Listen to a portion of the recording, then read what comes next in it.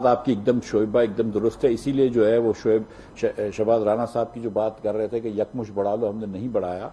हम जितनी कोशिश कर सकते हैं, जितना सख्त सह सकते हैं उसको सह रहे हैं। लेकिन आप मुझे बताइए कि इस वक्त जो सब्सिडी का हाल था, 120 अरब रुपए का नुकसान होता हुकूमत पाकिस्तान को। ये हुकूमत पाकिस्तान पूरी हुकूमत चलाने का खर्चा 40 अरब रुपए, एक महीने का पूरी हुकूमत चलाने का खर्चा 40 अरब रुपए है। हम 120 अरब रुपए पेट्रोल में कैसे फूंक सकते हैं मेरे भाई? कैसे सब्सिडी दे सकते हैं? क्या हुकूमत को बैंकरप्ट करूंगा? क्या अपने मुल्क को खुदा न खास्ता डिफॉल्ट की तरफ लेके जाऊंगा? मैं क्या करूंगा? मेरे पास क्या ऑप्शन था? आप समझते हैं कि ये हम खुशी से कर रहे हैं, ये शहबाज शरीफ साहब आसानी से कर रहे हैं? मतलब ये बड़ी मुश्किल का काम है, लेकिन अब मजबूरी है कि हमको ये, आप जानते हैं कि अगर ये नो कॉन्फिडेंस नहीं आता तो इमरान खान साहब भी ये नहीं करते। ये आज जो बातें कर रहे हैं इमरान खान साहब, गैर जिम्मेदारी की बातें कर रहे हैं कि मुल्क डिफॉल्ट करेगा। एक साबिक प्राइम मिनिस्टर को ऐसा नहीं कहना चाहिए। जो मुल्क खुदा न खास्ता माज़अल्लाह टूट जाएगा, ये साबिक वजीर आजम ये कह रहा है इस मुल्क का, तो ये क्या हम उस तरफ लेके जाते मुल्क को? जी अशरफ साहब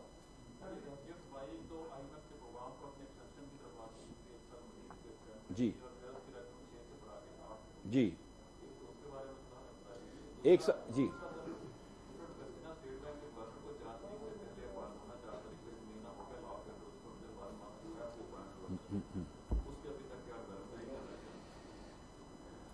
जी पहला वाला आपका स्टेट बैंक के गवर्नर पे आज प्राइम मिनिस्टर साहब आज तशरीफ लाएंगे। हम कल या आज या कल में मैं उनसे मशवरा कर लूंगा, फिर जैसा वो फैसला फरमाएंगे वो हो जाएगा। पहला आपका सवाल था जी एक्सटेंशन प्रोग्राम की। हमने वो इनसे गुजारिश करी है, IMF से बात करी है, वो इन पे इनफैक्ट बड़ी सहमत हैं, बड़े खुश हैं। लेकिन वो जो प्रोग्राम के एग्रीमेंट होगा तो उसमें वो आ जाएगा। मैंने $2 अरब की एक्सटेंशन भी कही है। मैंने कहा ये तो होना चाहिए, और इसलिए होना चाहिए कि नेक्स्ट ईयर भी हम IMF को भी किस्तें दे रहे होंगे वापस करने की, जो पुराने लोन थे। और अगर हम नेक्स्ट ईयर IMF किस्त हमको नहीं दे रहा होगा और हम दे रहे होंगे, तो प्रोग्राम में ये कैसे हो सकता है कि हम प्रोग्राम में भी हों IMF के और हम IMF को पैसे दे रहे हों? लिहाजा वो बढ़ाना तकरीबन उनको जरूरी है। लेकिन देखें क्या होता है। जी जी मैं अब आऊंगा आपके पास। जी ये जो प्राइसेस आपने अनाउंस किए हैं 30 रुपीज पर लीटर, जी ये आप 31 मई को बढ़ा दीजिए। तो ये 2 दिन का गैप देके क्या आप आवाम को गुमराह करना चाह रहे हैं? नंबर 1। दूसरी बात ये है सर कि आपको बाहर बैठे हुए नजर आ रही थी कि ये सारी चीजें भी वो कर रहे हैं, महंगाई कर रहे हैं। आप गवर्नमेंट में आते हैं या आपने सारा बर्डन वहां पे डाल दिया? इमरान को छोड़े, साबिक गवर्नमेंट को छोड़े, आप पब्लिक का सोचे ना। आप गवर्नमेंट के जो अखराजात है वो क्यों नहीं कम कर? आप उन पर बटन क्यों डाल रहे हैं? मैं ये बड़ा अच्छा आपके बड़ी अच्छी बात है आपने की है। और एक दिन मेरे किसी जानने वाले ने भी, अजीज ने भी मुझे एक मैसेज भेजा था कि आप हुकूमत के नॉन सैलरीड एक्सपेंडिचर्स में 10% कमी कर लें। तो मैं आपको यही गुजारिश करना चाहता हूं, आप मेरी बात को जरा सा गौर से सुने कि पूरी हुकूमत जो है ना वो 40 अरब पे चलती है एक महीने की, पूरी हुकूमत। तो खर्चा अगर नॉन सैलरीड एक्सपेंडिचर्स को मैं 10% कम करता हूं तो 2 अरब रुपए महीने के बचा लूंगा, क्योंकि 20 अरब रुपए सैलरी के होंगे, 20 अरब रुपए अदर एक्सपेंसेस के होंगे, तो 2 अरब रुपए बचा लूंगा। चलो मैं टोटल हुकूमत के खर्चे कम कर देता हूं 10% से, तो 4 अरब महीने के बचा लूंगा। यहां पे आप 4 अरब रुपए एक दिन की सब्सिडी दे रहे हैं। इस सब्सिडी का हजम इतना बड़ा है। आप देखें, मुझे बतलाइए कि कभी पाकिस्तान की हिस्ट्री में 2-4 दिन मुशर्रफ साहब के ज़माने के अलावा कभी पाकिस्तान की हिस्ट्री में हुकूमत ने नुकसान पे पेट्रोल बेचा है? नहीं। क्या पाकिस्तान के अंदर हमेशा हुकूमत ने सबसे ज़्यादा आमदन अगर किसी एक हेड में ली है तो वो पेट्रोल के ऊपर टैक्सों में ली गई है? हाँ। क्या खान साहब की हुकूमत में भी इन्होंने 30 रुपए लेवी नहीं लगाई थी? जी हाँ। क्या उन्होंने IMF से वादा नहीं किया था कि हम 4 रुपए बढ़ा के 30 रुपए तक ले जाएंगे और 21 रुपए या 17 रुपए थी? जी हाँ। 10% उस वक्त सेल टैक्स था? जी हाँ। तो मुझे बताएं कि मैं कैसे नुकसान बर्दाश्त कर सकता हूं? ये मैं मतलब ये कि देखें, ये पैसे जो आप ज्यादा आज पेट्रोल की मद में देंगे, आपके पास दूसरी चॉइस क्या थी? अगर नहीं देते और खुदा न खास्ता ये रुपया जो है वो डिवैल्यू हो जाता 200-250 रुपए, तो क्या महंगाई नहीं आती? तो दोनों तरफ से हम फंसे हुए थे। इधर सवाल एक लेके फिर उधर आता हूँ। जी भाई आप इसके बाद आपके पास। जी आपने कहा कि IMF के साथ जो एग्रीमेंट हुआ है, जो उन्होंने किया उसके मुताबिक ये है, और आप ये भी कह रहे हैं कि जून में वायदा हो जाएगा। इस वायदे के तहत लाइट डीजल पर PDL और पेट्रोल पर 30% करना है या 30 रुपए करना है, और GST 17%, और सब्सिडी भी आप अभी भी इस 30 रुपए इंक्रीज के बाद दिए। तो उस एग्रीमेंट से पहले ये तमाम चीजें पास ऑन होंगी। मैंने फिर एक मरतबा गुजारिश कर दूं कि हम इंशाअल्लाह ताला कोई टैक्स नहीं लगाएंगे पूरे जून के महीने में, नंबर 1। नंबर 2, वो जो मुआहदा होगा तो आप देख लेंगे कि वो वाला मुआहदा नहीं होगा, हम उसको चेंज करेंगे। जो तीसरी चीज जो है, और ये मैं लास्ट प्रेस कॉन्फ्रेंस में भी कह चुका हूं और इस बार मैं लेट मी क्लियर दिस से दिस, कि ये जो कीमत बढ़ा रहे हैं, ये मैं समझता हूं कि IMF जो भी कहता हो ये बात सही है। आप हुकूमत पाकिस्तान नुकसान में थोड़ी बेच सकती है डीजल और पेट्रोल। मतलब आप ये सोचो इस किस्म का नुकसान में, जो हुकूमत 40 अरब रुपए में पूरी हुकूमत चलती है, वो 120 अरब रुपए की सब्सिडी दे सकती है। जिन ममालिक से आप जाके इमदाद मांगते हैं, पैकेजेस मांगते हैं, कर्ज मांगते हैं, जो कि तेल पैदा करते हैं, वो ममालिक से भी आप सस्ता पेट्रोल डीजल बेच सकते हैं। आज ईरान से डीजल आना बंद हो गया पाकिस्तान में स्मगल, क्योंकि हम इतना सस्ता डीजल बेच रहे हैं। तो ये आप छोड़ देना IMF क्या कहती है, आप अपनी भी तो सोच लगाए ना। हम भी तो पाकिस्तानी इस मुल्क के जिम्मेदार लोग बैठे हुए ना। हम क्या ये बेचना, ये मुल्क क्या इसका, ये मईशत क्या इसकी मुतहम्मिल हो सकती है? जी मैं आप इसके जी भाई वो भाई जी जी जी जी मेरा सवाल सर आपके कि आप ये बार बार कह रहे हैं कि गवर्नमेंट के अखराजात कम भी करते हुए 4 अरब रुपए बचेंगे, तो उनकी चीज ऐसी माने है कि आप गवर्नमेंट से हट के जो मराहत याफ्ता तबका है, कि पिछले साल की अभी रिपोर्ट आई है कि 2666 अरब रुपए उसको आप सब्सिडी देते हैं, उसमें इदारे भी शामिल है, उसमें कारोबारी लोग भी शामिल है, आप उन पे कट क्यों नहीं लगाते? पहली बात। दूसरी बात ये कि आपने जितने FTAs किए हुए हैं, मतलब चाइना समेत बाकी ममालिक के साथ, जब आपको पता है कि आपका मुल्क इस सिचुएशन में है और वो मुल्क अफोर्ड करते हैं, ऐसी चीजें जिसपे आपने गैर जरूरी उनको छूट दी हुई है, जो कि पाकिस्तान में भी बनती हैं, उसके बावजूद भरमार वहां पे हो रही है, उनसे आप रीनेगोशिएट क्यों नहीं करते कि पाकिस्तान इस वक्त क्राइसिस में है, कम से कम जो ड्यूटी हमारा हक बनती है, टैक्स हमारा हक बनता है, जो इवन दैट पाकिस्तान में चीजें बनती है वो भी इम्पोर्ट करते हैं, उन पे आप जो है वो कोई जो है वो ड्यूटी जो लगती है वो ही लगाए। शुक्रिया भाई। देखें FTAs जब हम पिछली मरतबा थे और चाइना से सेकंड पार्ट FTA करना था तो हमने उसको रोका था, और FTA को रीनिगोशिएट करने की जरूरत नहीं है। हम अक्सर जो है वो रेगुलेटरी ड्यूटी लगा देते हैं और दूसरे ममालिक जो है वो पाकिस्तान के ऊपर थोड़ा सा शफकत ही फरमाते हैं और कुछ ऑब्जेक्शन नहीं लेते। हम उसका अक्सर जो है वो RDs लगा सकते हैं। अगर कोई ऐसी चीज है जो कि पाकिस्तान में बन रही है लेकिन बाहर से आ रही है और यहाँ पे मार्केट वो हो गई है, हमको इंडस्ट्री पॉइंट आउट करती रहती है, हम उस पर RD लगाने के लिए बिल्कुल तैयार हैं। आप भी बता दीजिए, इंडस्ट्री तो बताती रहती है कि इस पे लगा दो, उस पे लगा दो, वो तैयार हैं हम। लेकिन जाहिर है आप ये बात समझते हैं कि इंपोर्ट टैक्सेस भी अगर बहुत ज्यादा कर लें तो उससे एक्सपोर्ट कम हो जाता है, क्योंकि यहाँ पे इनपुट की कॉस्ट बढ़ जाती है। और अक्सर चीजें जो हम इंपोर्ट करते हैं, देखिए आप हमारा इंपोर्ट जो है अगर 78 बिलियन का इस बार होगा तो उसमें 18 बिलियन तो खाली खाम ये जो ऑयल एंड पेट्रोलियम प्रोडक्ट्स है, 4-5 बिलियन खुर्दनी तेल है, 8 बिलियन के अदर एग्रीकल्चर प्रोडक्ट्स हैं, कॉटन है, वीट है। तो मैं कहाँ पे इसके ऊपर टैक्स बढ़ा दूं? लेकिन आपको पता है कि हम बहुत पैसे कमाते हैं इस पे टैक्स लगा के। 52% जो हुकूमत पाकिस्तान की आमदन है वो पोर्ट से आ रही है। और इनफैक्ट सच्ची बात यह है कि पहले 10 महीने में और शायद इस महीने में भी जो ग्रोथ हमारी आई है वो सिर्फ इंपोर्टेड प्रोडक्ट्स पे आई है। लोकल तो सेल्स टैक्स एक्चुअली कम हो गया है पिछले साल से। तो ये बात भी जी जी जी इसके बाद जरूर आऊंगा। जी भाई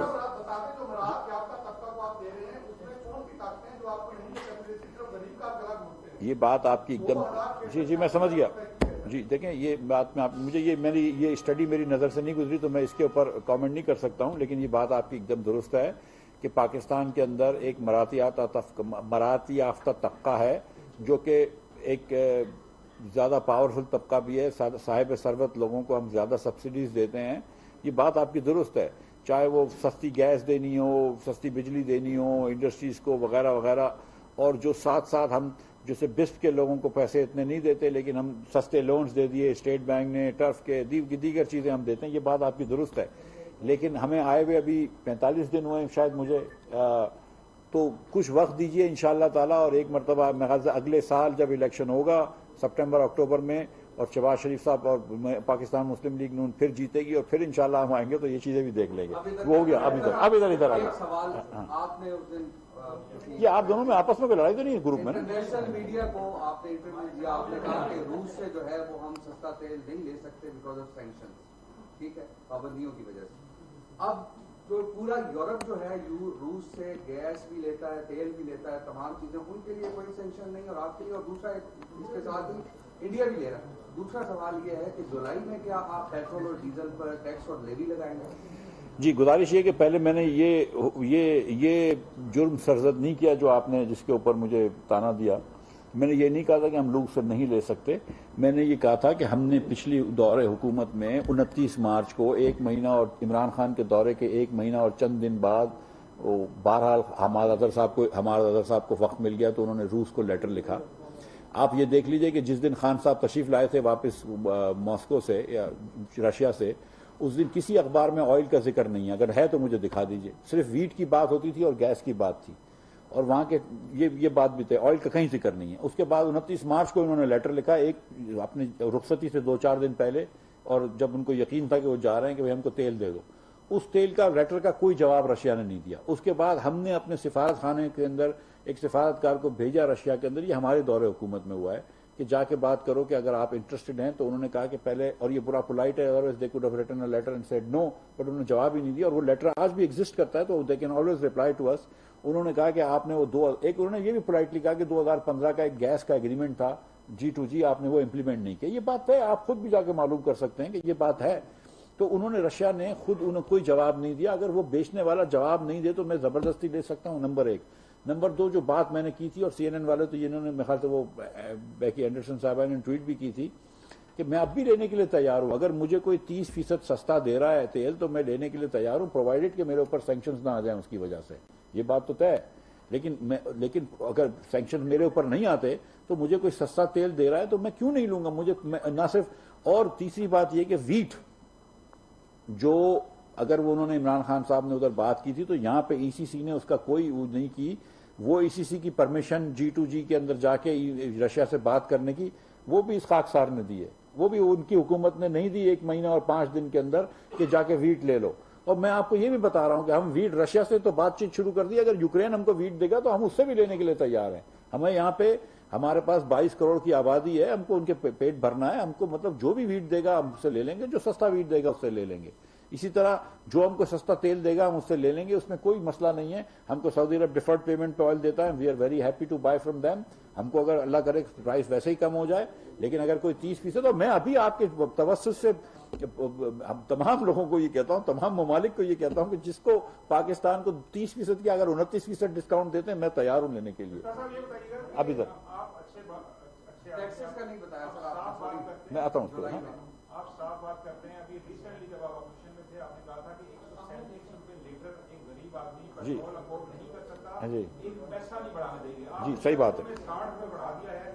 आप इतराफ करते हैं कि पेट्रोलियम पर हर हुकूमत और हर जो वजीर खजाना है वो सियासत करता है, और आपने भी वही रास्ता अपनाया। सेकेंडली, क्या ऐसी कोई प्रपोजल देंगे कि काबीना के अरकान, सेनेटर, MNA जो हैं, उनको जो पेट्रोलियम पर सब्सिडी मिलती है, जो उनको पैकेज मिलता है, उस पर 50% कट लगाते हैं, ब्यूरोक्रेसी पे।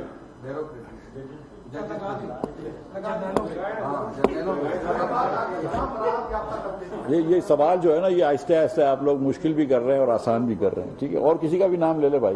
ठीक है, हाँ ठीक है भाई, मेरी बात, मैं इतनी गुजारिश कर देता हूं कि मैं गाड़ी भी अपनी चलाता हूं और पेट्रोल भी अपने पैसे का लेता हूं। मैं इस हुकूमत से ना मैंने गाड़ी ली है, ना घर लिया है, ना एक्चुअली मैं अपने घर में रहता हूं, पेट्रोल भी मेरा अपना है। ठीक है, तो ये तो भाई जितना मैं कर सकता था मैं कर लूं, बाकी जज साहिबान से आप लोग खुद जवाब कर लीजिएगा। दूसरा आपका सवाल था तो ये मैं आपसे ये कह सकता हूं, आपने टैक्स की बात करी है, जुलाई में लगाएंगे। कोई और सवाल नहीं है।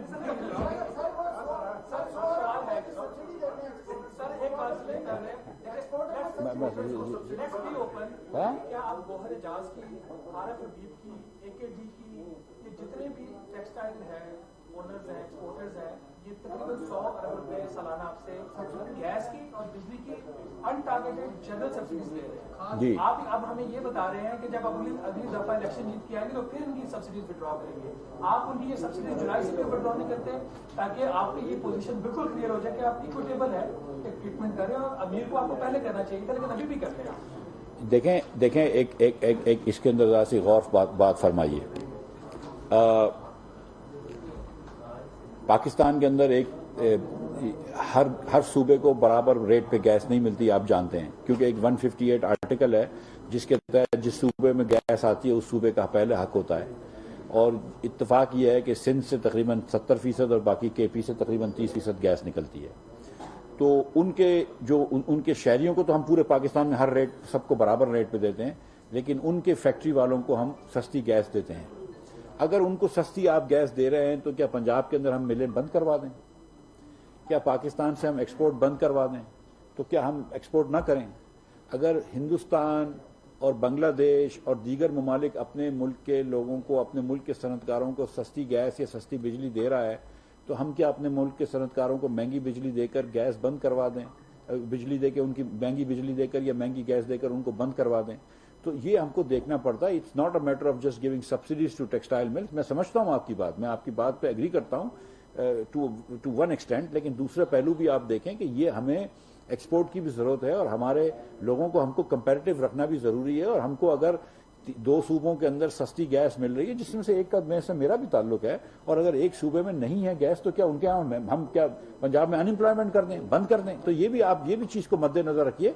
तो इसलिए ये बात हुई है और हम इसका कॉम्बिनेशन निकाल सकते हैं कि थोड़ी सी बिजली दे दें, थोड़ी सी गैस दे दें, ताकि उनका वारे में आता रहे। और हमारी कोशिश ये होती है कि एनर्जी कॉस्ट तकरीबन इक्वल रहे। हैविंग सेड दिस, एक मिनट, इस वक्त जो इंटरनेशनल एलएनजी की प्राइस हो गई है, कुछ तो अल्लाह ताला की मेहरबानी से नवाज शरीफ की हुकूमत में जो सौदे हुए थे उसकी वजह से 5 सौदों की वजह से हमको सस्ती गैस मिल रही है। लेकिन जो खान साहब ने लॉन्ग टर्म और सौदे नहीं करे और 12 सौदे तक अभी तक नहीं पहुंचे, और जिसकी वजह से स्पॉट रेट लेने पड़ रहे हैं, वो $30 की गैस मिल रही है। हम $30 की गैस लेकर $6 की गैस देना भी अफोर्ड नहीं कर सकते। और हमारी यहाँ पे क्योंकि रुपया भी डीवैल्यू हो गया, तो हमारी वेल हेड कॉस्टिंग भी बढ़ गई है। तो इस वक्त हम सिंध में भी, केपी में भी, पंजाब में भी बहुत ज्यादा नुकसान कर रहे हैं। तो उसको कुछ ना कुछ उसका सद्देबाब करना होगा, प्राइसेस को रैशनलाइज करना होगा। लेकिन nonetheless we will absolutely make sure, I want to say this to my exporters, I want to say this to industrialist, कि हम आपको कंपैरेटिव रखेंगे, हम आपको इंटरनेशनली कंपैरेटिव रखेंगे, और हम आपको इस किस्म का कॉस्ट बर्डन नहीं देंगे कि खुदा न खास्ता आपको तकलीफ हो। हमको ये बात भी पता है कि इस वक्त इंटरेस्ट रेट भी बढ़ गए, तो वैसे भी जरा सा वर्किंग कैपिटल का भी मसला है। साथ साथ इंशाअल्लाह ताला जो काम पिछली हुकूमत ने नहीं किया, जबकि वो अनाउंस तो बड़ा कर देते थे, डीएलटीएल ये, डीएलटीएल वो, लेकिन पैसे नहीं देते थे, वो पैसे भी इंशाअल्लाह हम आपको दे देंगे। लास्ट क्वेश्चन, एक मिनट, ये सवाल पूछ लो, इससे पूछ लो, इससे पूछ लो सवाल, इसका गैस आऊंगा। ये इतना बेचारा अच्छा आदमी है यार, देखो कितना मौजूद तरीका है। अब सवाल अच्छा पूछ लेना। आपने कहा कि गरीब आदमी का बहुत ही ख्याल है, और वाकई मुझे लगा कि आपको शायद बहुत ज्यादा ख्याल है। अब तंज कर रहे हो? कह रहे हैं मुसद्दिक अली साहब के जहर खाने के भी पैसे नहीं है, आपका भी कोई बात है। सर, आप जो 28 अरब रुपए की सब्सिडी दे रहे हैं ना 2000 पे, मेरी इतनी तजवीज है आप वो 28 अरब भी वापस लें। सेकंड नंबर पे सर, आप ये जो आउट ऑफ द बॉक्स, क्या आपके पास सोल्यूशन है? मेरे नजदीक आपके पास कोई सोल्यूशन नहीं है, क्योंकि अगर एक सर सड़क पे चलते हुए को भी ये वजारत उज़्मा आपकी जो फाइनेंस मिनिस्ट्री के ये मिल जाए ना, तो सर वो भी यही डिसीजन ले लेगा। क्या आप गवर्नमेंट में आके पछता रहे हैं? आप चैन से सो रहे हैं कि आप जो स्टेप ले रहे हैं ये आप बहुत अच्छे स्टेप? मैं भाई जी मैं सच बता रहा हूँ आपको, मजाक नहीं कर रहा हूँ, कि मैं 3-4 साल जब अपोजिशन में थे तो मैं कभी भी इतना सुबह जल्दी नहीं उठा हूँ। और मैं वो कहते हैं कि इमरान खान कहता था घबराना नहीं है, शहबाज शरीफ कहता है आपने सोना नहीं है। तो सारा दिन काम करना होता है, सुबह जल्दी उठ के ऑफिस आ जाता हूँ। मैं आपको सच नहीं, पछता नहीं रहे, ये हमारा मुल्क है। अगर इसमें खान साहब ने 4 साल में इतनी खराबी की है तो 5 साल में और खराबी करते। ये हमारा मुल्क है, मुझे इसको सुधारना मेरा फर्ज है। देखो मेरी बात सुनो, ये नहीं है कि मेरा घर यहाँ पे है, मेरा कब्रिस्तान भी यहाँ पे है, मैं यहीं पे मरूंगा और यहीं पे दफन होऊंगा। तो मैं इस मुल्क को मैं नहीं सुधारूंगा, आप नहीं सुधारेंगे तो कोई बाहर से आदमी आएगा सुधारने के लिए। और ये भी मैं आपको बता दूं चलूं कि आप चले जाएं आईएमएफ में, जब तक आईएमएफ में जाते रहेंगे ये मुल्क तरक्की नहीं करेगा। जब तक आप सऊदी से या चीन से या किसी से भी, भले जितना भी अच्छा मौसम मुल्क हो हमारा, कितना भी ब्रदरली मुल्क हो, अगर आप उसकी इमदाद लेते रहेंगे तो ये मुल्क तरक्की नहीं करेगा। जिस दिन हम पाकिस्तान मिन्हासुल कौम डिसाइड करेंगे कि हम खुद चलेंगे आगे, तो इंशाल्लाह उसी दिन आगे बढ़ सकेंगे। हम इस मुल्क के अंदर $36 अरब का, $31 अरब का एक्सपोर्ट करते हैं, 8% ऑफ जीडीपी एक्सपोर्ट नहीं कर सकते। ये चीजों के बारे में हमको सोचना चाहिए। लेकिन ये साथ भी आप सोचें कि श्रीलंका जो है वो डिफॉल्ट हो गया। एक श्रीलंका के किसी आदमी ने लिखा था कि पूरे दुनिया में आपको पाकिस्तानी, बांग्लादेशी, इंडियन नजर आते हैं, श्रीलंकन इसलिए नजर नहीं आता कि हर चीज को सब्सिडाइज करा हुआ है। हम आटे को सब्सिडाइज करते हैं, हम चीनी को सब्सिडाइज करते हैं। आई am proud of that, I am proud of my prime minister कि उसके दिल में गरीब के लिए दिल धड़कता है उसका, कि उसने कहा नहीं, मैं प्राइम मिनिस्टर जो है वो कहता है कि नहीं आटा और चीनी सस्ती करेंगे। I am proud of Shahbaz Sharif with that. लेकिन हम अपना जेब देख के सब्सिडी दे सकते हैं, हम 120 अरब रुपए की सब्सिडी नहीं दे सकते। अगर कोई ये समझता है तो फिर आप ये मुल्क को धकेल रहे हैं बैंकरप्सी की तरफ। कि आपको ये नहीं पता कि इमरान खान ने ये सिर्फ हमारे खिलाफ ये बम लगाने के लिए किया था कि ये बात तय नहीं है कि जब ये किया गया था उस वक्त भी मैंने जाके कहा था कि ये गलत स्टेप है कि ये मुल्क को डिफॉल्ट की तरफ लेके जा रहा है। मैं आपको यकीन दिला रहा हूं पाकिस्तान डिफॉल्ट नहीं होगा। जितना भी कुछ लोग पाकिस्तान से जले हुए हों इस वक्त, पाकिस्तानी हो या गैर पाकिस्तानी हो, पाकिस्तान कहीं डिफॉल्ट नहीं। नाज़रीन, इस्लामाबाद में नाणे वारो वज़ीर मिफ्ताह इस्माइल प्रेस कॉन्फ्रेंस करे रहियो हो।